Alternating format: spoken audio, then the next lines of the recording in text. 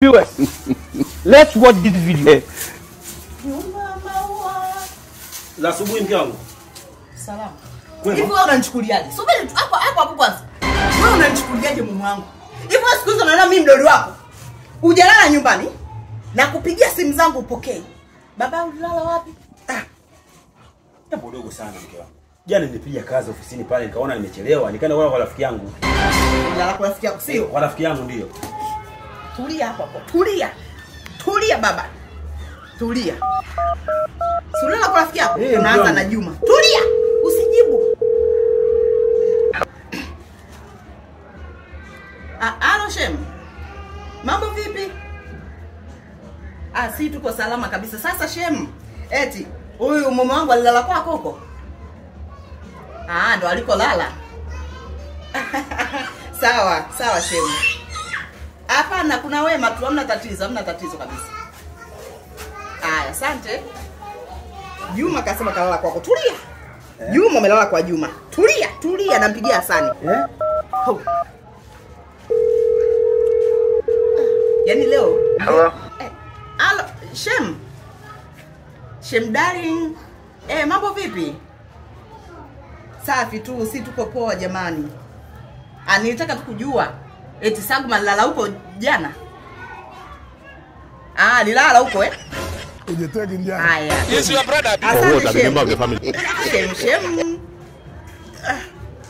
Ulala na kwa Hasani sio? Wewe mzima. Subiri. Tulia hapo. Wewe subiri na marafiki zako.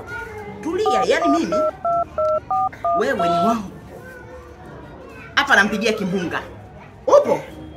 Wewe umelala huko? Umelala?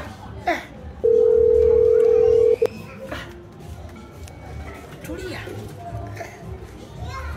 Subiri kwa marafiki zako. Shem, mambo vipi? Safi. Sasa Shem, eti huyu mume wangu alilala huko kwako? Ndio.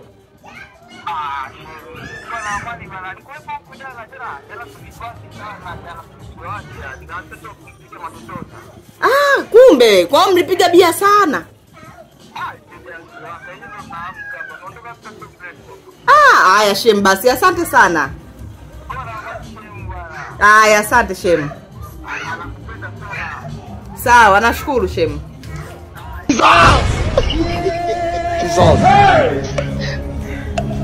Jesus. Baba.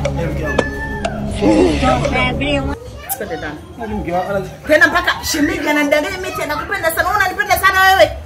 Kwa Juma umelala, Hasani umelala, Kimbunga umelala. Wewe huyo uko wapanga sio? Twende baba. Lakini mke wangu.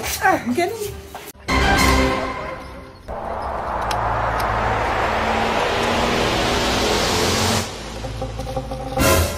The earlier every one of you realizes, the better it will be. How many times you they tell me? Because I don't get money. Because I know